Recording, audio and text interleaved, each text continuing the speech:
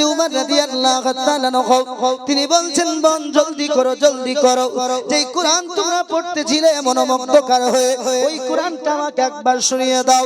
আল্লাহ আল্লাহ হযরত খাব্বাব রাদিয়াল্লাহু তাআলা আনহু সূরা তাহা তেলাওয়াত শুরু করে দিয়েছেন। হযরত উমর রাদিয়াল্লাহু তাআলা আনহু কোরআনের আপনার মোহাব্বতে কোরআনের যে আকর্ষণ হযরত উমরের মাথা হিলতে আরম্ভ করলো, তলোয়ার ফেলে দিয়েছে, হযরত উমর মাথা ঝুঁকিয়ে দিয়েছে।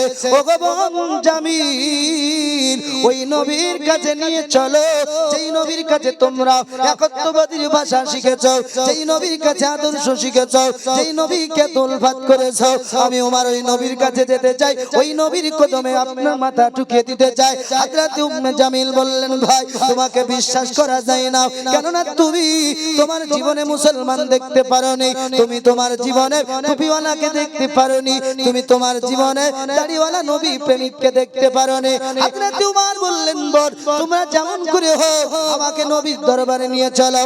হযরত এমন করে উম্মে জামিল আবু সাঈদ হযরত এমন করে উম্মে জামিল আর আবু সাঈদ ধরে হযরত উমরকে নিয়ে চলতে আরম্ভ করলেন। গুটি গুটি পায় আমার নবীজি ছিলেন সাফা আমার ওয়ার আপনার মিডিলে হযরত আরকাম রাদিয়াল্লাহু তাআলা নহর ঘরে আমার নবীজির সাহাবী হযরত আব্বাস রাদিয়াল্লাহু তাআলা নহু হযরত হামজা রাদিয়াল্লাহু তাআলা নহু তিনি আমার নবীজির পহরায় ছিলেন। হযরত আমির হামজা আমার নবীজিকে ডাক দিয়ে বলেছিলেন নবী গো আমাদের বিখ্যাত দুশমন যার নাম হলো ওমর, আমাদের যে দুশমন যার নাম হলো খাত্তাবের বেটা ওমর, ইয়া রাসূলুল্লাহ ইয়া হাবিবাল্লাহ নবীজি ওই ওমর আপনার দিকে আসতেছে, নবী গো অর্ডার যদি দেন আমি আপনার এমন করে হামজা ওই আব্বাসকে ভিতরে ঢুকতে দেব না। আমার নবীজি ডাক দিয়ে বলেছিলেন চাচা গো আব্বাস চাচা শুনেন এমন করে উমরকে আটকাবেন না, আমি নবী ডেকেছিলাম বলে আমার আল্লাহ আজ উমরকে গোলাম বানিয়েছে। নারে তাকবীর, নারে তাকবীর, নারে রিসালাত, নারে রিসালাত, মাসলাকে আলা হযরত, মাসলাকে আলা হযরত হযরত আল্লামা মাওলানা হক সাহেব। আব্বাজান মুসলমান ভাইয়েরা হযরত আমি এমন করে যখন হযরত আমির হামজা বলেছিলেন নবী গো এমন করে আমাদের দুশমন আসতেছে, ইয়া রাসূলুল্লাহ আপনি যদি অর্ডার দেন তবে তাকে আসতে দিব, নয়তো তাকে আটকে দেব। নবী আমার বলেছিলেন এ চাচা আমির হামজা শুনে নিন আমি উমরকে নবী ডেকেছি বলে আল্লাহ উমরকে আমার দরবারে পাঠিয়েছেন, উমর কাউকে কিছু বলবে না। আল্লাহ আল্লাহ হযরত উমর রাদিয়াল্লাহু তাআলা আনহু আমার নবীজির দরবারে এসে উপস্থিত হয়ে গেলেন। নবী আমার দাঁড়িয়ে গেলেন, উমর বলো বলো কি মনে করে? উমর বলছি ইয়া রাসূলুল্লাহ নবীজি দুইটা কোশ্চেন নবী গো আপনার দরবারে করব। নবী আমার বলেছিলেন করো। আমি নবীজি দয়ার ভান্ডার, আমি নবীজি রূপ পাপীদের উদ্ধার করতা, আমি নবীজি শাফিয়াল মুজনাবির রাহমাতুল লিল আলামিন, আমি নবীর কাছে কোশ্চেন করো। হযরত উমর বলেছিলেন ইয়া রাসূলুল্লাহ নবীজি আমি যেই ধর্মে ছিলাম সেটা সত্য না আমি যেই ধর্মে আসতেছি এটা সত্য, নবীকে একবার বলে দিন। আল্লাহ আল্লাহ নবী আমার বলছেন ওমর যেই ধর্মে ছিলে সেটা ছিল বাতিল, তুমি যেই ধর্মে আসতেছো এই ধর্মটা হলো হক। জোরে বলুন সুবহানাল্লাহ সুবহানাল্লাহ, সুবহানাল্লাহ। বেশা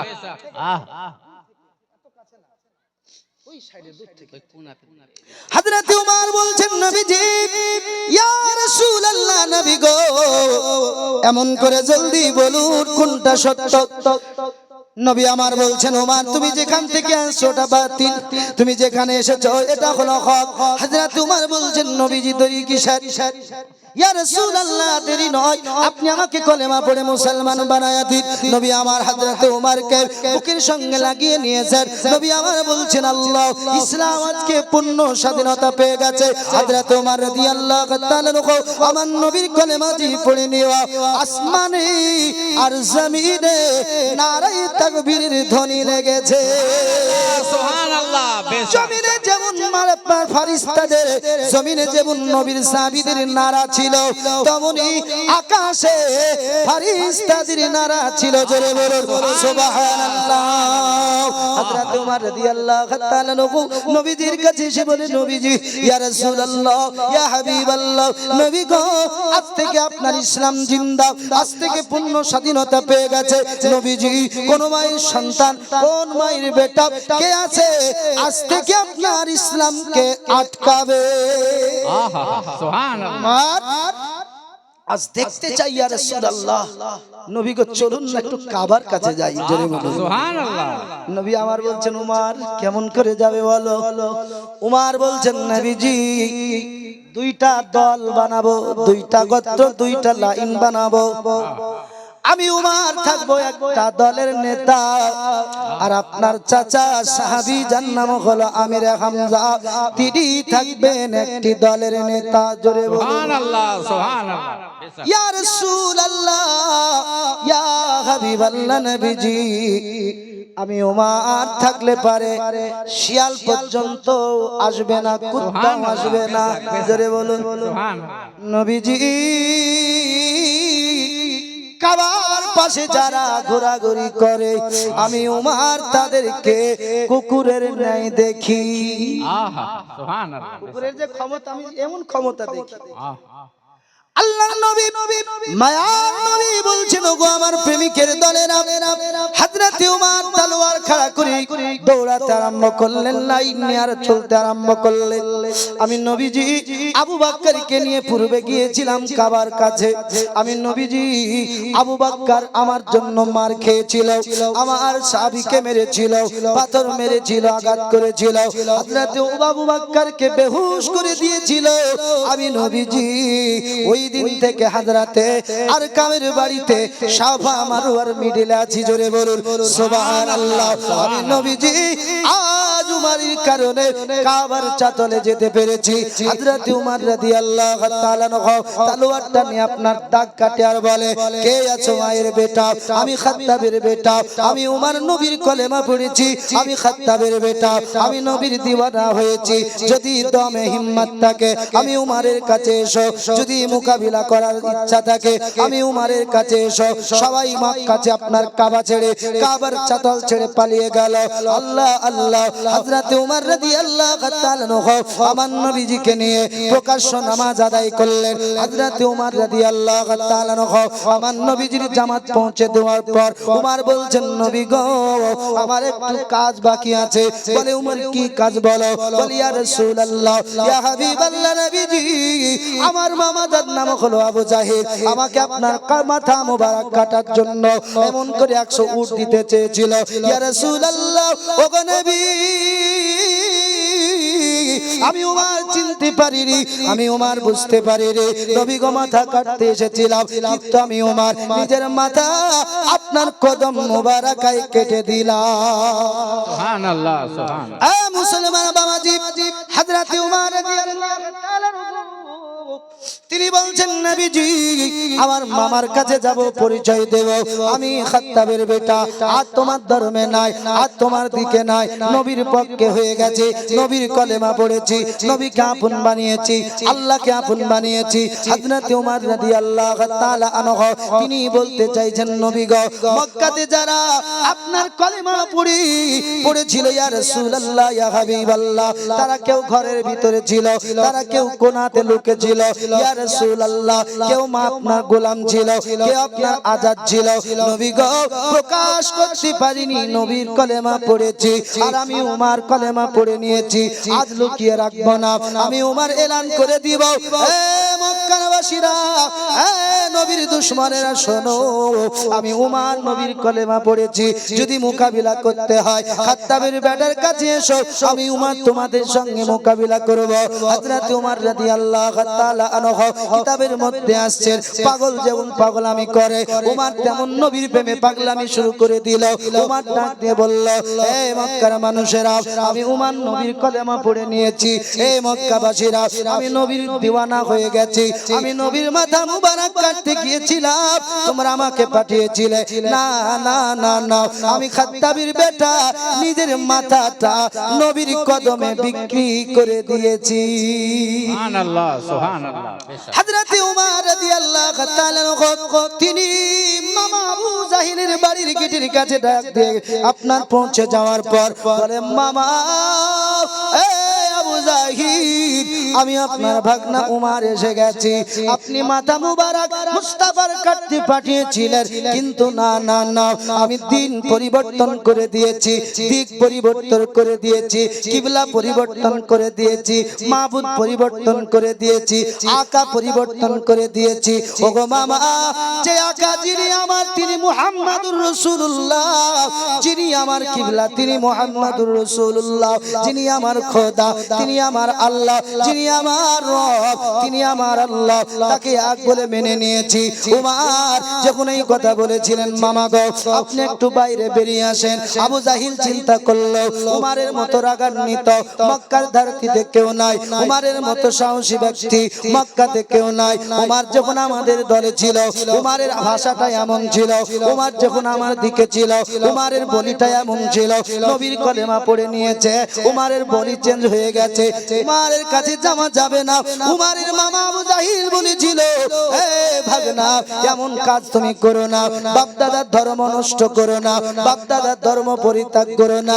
উমর বলেছিল, মামা যেই নবীর মাথা কাটতে পাঠিয়েছিলে, একবার বাইরে এসে দেখো, আমি উমর তোমাকে আস্ত রাখবো না।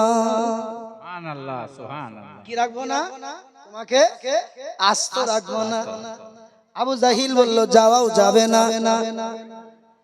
কি এতদিন নবীজিকে কষ্ট, নবীজি নামাজে গেলে পচা ভুড়ি চাপিয়ে দিয়েছ, নবীজি নামাজের মধ্যে নবীজির গলাতে ফাঁস লাগিয়ে দিয়েছ। ওগো মুসলমান, উমর ডাক দিয়ে বলেছিল, মামা বেরিয়ে এসো, তোমার সঙ্গে মোকাবিলা হবে। জোরে বলুন সুবহানাল্লাহ। উমর বলছে, বেরিয়ে আসো, তোমার সঙ্গে হবে।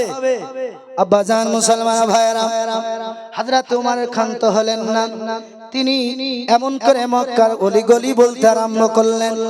কিছু কাসেদ ছিল, তারা বলল, কিছু মানুষ ছিল, তারা বলল, উমর তোমার ব্যাপারটা বোঝা যায় না, উমর তোমার ব্যাপারটা কি? উমর বলেছিল, এ মক্কার মানুষেরা, আমি যে নবীর কলেমা পড়েছি, এটা মক্কার অলিগলি পৌঁছাতে চাই। সবাই জানে, খাত্তাবের বেটা নবীর কলেমা পড়েছে, সবাই জানে, বুঝতে পারে। সুবহানাল্লাহ সুবহানাল্লাহ। হযরত উমর বলছেন, এটাই আমার মনের তামান্না, তাই না? কি বলে? হ্যাঁ।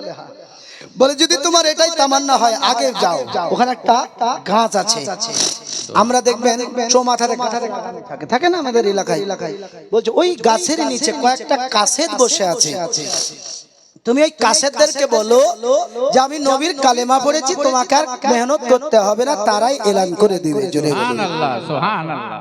শুধু তুমি এতটুকু বলো। আব্বাজান মুসলমান ভাইরা, হযরত উমর রাদিয়াল্লাহু তাআলা আনহু কাসেদের কাছে গিয়ে বলেছিলেন, এক কাসেদের দল, আমি উমর নবীর কলেমা পড়েছি। কি করেছো? বলে, নবীর কলেমা পড়েছি। তাই নাকি? বলে, হ্যাঁ। বলে, কি তামান্না নিয়ে?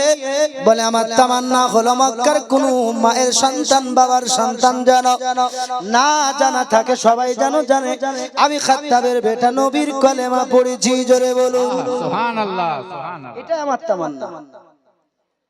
এখন হযরত উমর বলছেন, আমি পুরো মক্কাকে এলান করলাম। 2 দিন আমি করেছিলাম। যেই দিন নবী সাহাবীরা মক্কা ছেড়ে মদিনা হিজরত করেছিল, ওই দিন আমি উমর একা যাইনি, 20 জন সাহাবীকে এলানিয়াতের সহিত আমি নিয়ে গিয়েছিলাম। জোরে বলুন সুবহানাল্লাহ সুবহানাল্লাহ। দরুদ আল্লাহুম্মা সাল্লাল্লাহু সাইয়্যিদানা মাওলানা মুহাম্মদ محمد وعلى علي سيدنا مولانا محمد صلى على محمد محمد ہر دم زبان কালো پاک نبی মোহাম্মদ হযরত উমর রাদিয়াল্লাহু তাআলা আনহু তিনি মদিনাতে হিজরত করেছিলেন আল্লাহ নবীজিকে জীবন দিয়ে তিনি ভালোবেসেছিলেন ও মুসলমান বাবাজি ভাইরা হযরত উমর রাদিয়াল্লাহু তাআলা আনহু যখন নবীর কলেমা পড়ে নিলেন আল্লাহর নবী বললেন উমর আমার ইসলামের জন্য টাইগার হয়ে গেল বেদিনদের জন্য আমার উমরের জন্য কেউ আর আপনার হাত লাগাতে পারে না আল্লাহ আল্লাহ আল্লাহ হযরত উমর রাদিয়াল্লাহু তাআলা আনহু আমার নবীজির আগে মদিনা থেকে আপনার মক্কা থেকে হিজরত করে তিনি মদিনায় চলে গিয়েছিলেন ও মুসলমান বাবাজি ভাইরা পৃথিবীর ইতিহাসে হযরত উমর রাদিয়াল্লাহু তাআলা আনহু আমার নবীর দুশমনি করেছিল কিন্তু হযরত উমর নবীকে চিনতে পারার পর জীবনের চাইতে বেশি ভালোবেসেছিলেন মাল দৌলতের চাইতে বেশি ভালোবেসেছিলেন হযরত উমর রাদিয়াল্লাহু তাআলা আনহু এমন কি আমার নবীর প্রেমে এমন একটা তিনি খলিফা হয়েছিলেন দ্বিতীয় খলিফা আমার আল্লাহ পাক রব্বুল আলামিন তাকে ওয়াক্ত পৃথিবীর খিলাফত দান করেছিলেন জোরে বলুন সুবহানাল্লাহ হযরত উমর রাদিয়াল্লাহু তাআলা আনহু আবু বকর সিদ্দিকের পর তিনি যখন খলিফার গদিতে বসে গেলেন হযরত উমর রাদিয়াল্লাহু তাআলা আনহু তিনি সব সময় আল্লাহর কাছে দোয়া করতেন মাবুদ গো আমি উমর এমন না হয়ে যায় খলিফার গদিতে বসে আমি যেন মানুষের সঙ্গে দুর্চার না করি দুর্ব্যবহার যেন না হয়ে যায় ও রব্বুল আলামিন কাল কিয়ামতের দিন আমি উমর যেন জালিমের কাতারে না দাঁড়াতে হয় হযরত উমর কেমন সাহাবী আল্লাহর নবীর প্রেমিক হযরত উমর রাদিয়াল্লাহু তাআলা আনহু বৃক্ষের কাছে দাঁড়িয়ে বলেছিল বৃক্ষ রে আমার মা জননী আমাকে জন্ম না দিয়ে যদি তোর মতো বৃক্ষ যদি আল্লাহ বানাতো আমার মা জননী যদি মানুষ রূপে যদি জন্ম না দিত যদি তোর মতো আমি বৃক্ষ হতাম আমাকে গাছ এমন করে পশু পাখি এমন করে জীবেরা খেয়ে নিত এমনকি চতুষ্প জন্তু খেয়ে নিত কাল কিয়ামতের দিন আমি উমরকে আল্লাহর দরবারে জবাব দিতে হতো না সুবহানাল্লাহ সুবহানাল্লাহ মুসলমান বাবাজি হযরত উমর রাদিয়াল্লাহু তাআলা আনহু পৃথিবীর ইতিহাসে আমার আল্লাহর নবী বলেন আশারায়ে মুবাশশারা 10 জন সাহাবীকে আমি নবীজি সুসংবাদ জান্নাতের দিয়েছিলাম জান্নাতের সার্টিফিকেট দিয়েছিলাম তার মধ্যে হযরত আমিরুল মুমিনিন খলিফাতুল মুসলিমিন আল্লাহর নবীজি হযরত উমরকে জান্নাতের সার্টিফিকেট দিয়েছিলেন শুধু তাই নয় আল্লাহর নবীজি হযরত উমরের জান্নাত পর্যন্ত প্রবেশ করেছিলেন ও মুসলমান বাবাজি চলুন না আপনাদেরকে একটু নিয়ে যাই এগিয়ে হযরত উমর যখন তিনি খলিফার গদিতে বসলেন খলিফা হযরত উমর রাদিয়াল্লাহু তাআলা আনহু তিনি যখন প্রথম খলিফা আল্লাহর জমিনে খলিফা হয়ে গেলেন হযরত উমর চিন্তা করলেন আল্লাহ আমি আমার জন্য কোনোদিন ভাববো না আমি আমার জন্য কোনোদিন চিন্তা করব না মাবুদ গো তোমার হাবিবের উম্মতের জন্য তোমার বান্দার জন্য আমি উমর আমার খেলাফতের এলাকার মানুষের জন্য আব্বা জান হযরত উমর খলিফার গদিতে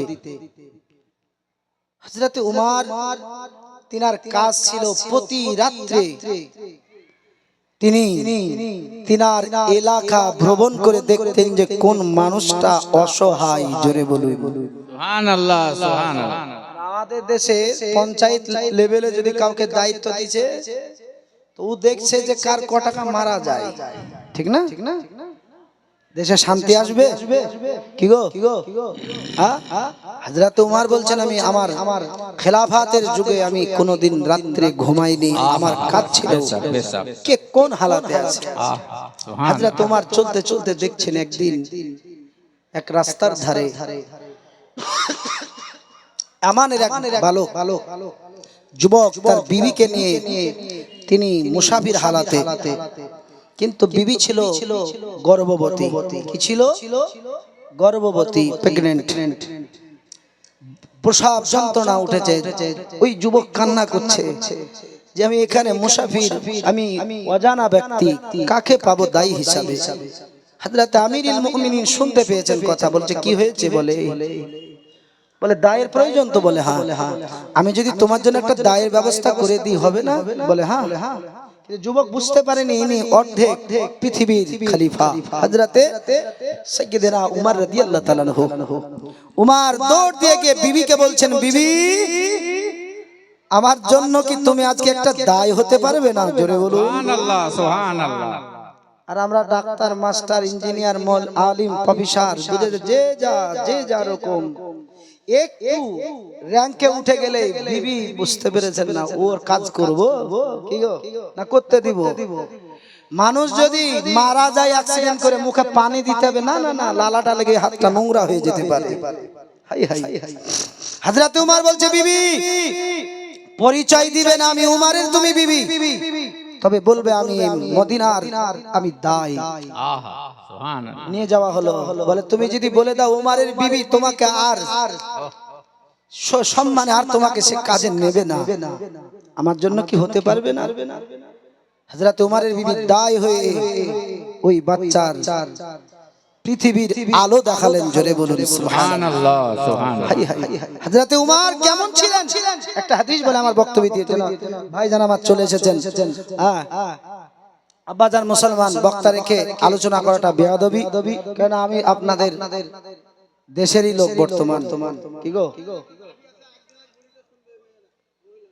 একদিন এক বুড়ি ইনশাআল্লাহ হবে। হযরতে উমর ডিউটি দিচ্ছেন জঙ্গলি এলাকা। একজন মহিলা 3টে বাচ্চা নিয়ে বাচ্চাদেরকে সান্ত্বনা দিচ্ছে, বাবা খাবার হচ্ছে, তোমরা একটু শান্ত হও, শান্ত হও। আর মেয়েটা বলছে, আল্লাহ তুমি এমন একজনকে খলিফা বানালে 3 দিন আমার ঘরে খাবার নেই, সে দেখবার প্রয়োজন মনে করলো না। হযরত উমরের কানে চলে এসেছে। হযরতে উমর গুটি গুটি পায়ে মেয়েটার কাছে গিয়ে বললেন, মা কি হয়েছে? বলে 3 দিন হয়ে গেল আমার দেশের খলিফা যিনি আমার খোঁজ নেননি, খাবারের ব্যবস্থা করে দেননি 3 দিন। এই বাচ্চাগুলো কেমন করে খাবারের ধোঁকা দিতেছি। হযরত উমর রাদিয়াল্লাহু তাআলা আনহু ওই মেয়েটার মুখে শুনতে পেলেন, আল্লাহ আমার দেশের যিনি খলিফা, কাল কিয়ামতের দিন তোমার দরবারে নালিশ করব। হযরতে উমর দৌড় দিয়ে ওই বাইতুল মালের গোডাউনে যাওয়ার পর মালগুলোকে সব আপনার একত্রিত করে, হযরতে উমরের গোলামের নাম ছিল আসলিম। এই আসলিম আমার মাথায় বোঝাটা উঠিয়ে দাও। আসলিম বললেন, হুজুর আমি থাকতে আপনি কেন বোঝা বইবেন? আসলিম রে, ওই মেয়েটা 3 দিন খাবার পাই নাই অনাহারে, এমন করে তা আপনার দিন রাত্রি কাটিয়েছে। কিয়ামতের ময়দানে যদি লালিশ করে দেয়, আজকের বোঝা তুমি মাথায় নিতে চাইছো, কিয়ামতের বোঝা কি তুমি মাথায় নিবে? সুবহানাল্লাহ সুবহানাল্লাহ। দিয়ে দাও মাথায়। সঙ্গে সঙ্গে নিয়ে গিয়ে হযরতে ওমর দিয়ে দিলেন। তরকারি বাছা কুটা করে রুটি বানিয়ে তাদেরকে খাওয়ানোর পর মেয়েটা বলছে, হুজুর আপনি যদি আমাদের এই দেশের যদি খলিফা হতেন কতই না ভালো হতো। হযরতে ওমর বলছে, কাল উমরের দরবারে যাবে, তুমি দেখতে পাবে। মেয়েটা গিয়ে দেখছে সে কেউ নাই, হযরতে উমর। জোরে বলে সুবহানাল্লাহ। আব্বাজান মুসলমান, বাবাজি ভাইরা, পবিত্র কোরআন থেকে পড়েছিলাম, আল্লাহ পাক রব্বুল আলামিন 22 পারা রুকু নাম্বার 4 এর মধ্যে বলছেন, যারা আল্লাহ রাসূলকে কষ্ট দিল, আল্লাহ পাক বলছেন তাদের জন্য আমি আল্লাহ দুনিয়া ও আখিরাতে লানত দিয়েছি। জোরে বলুন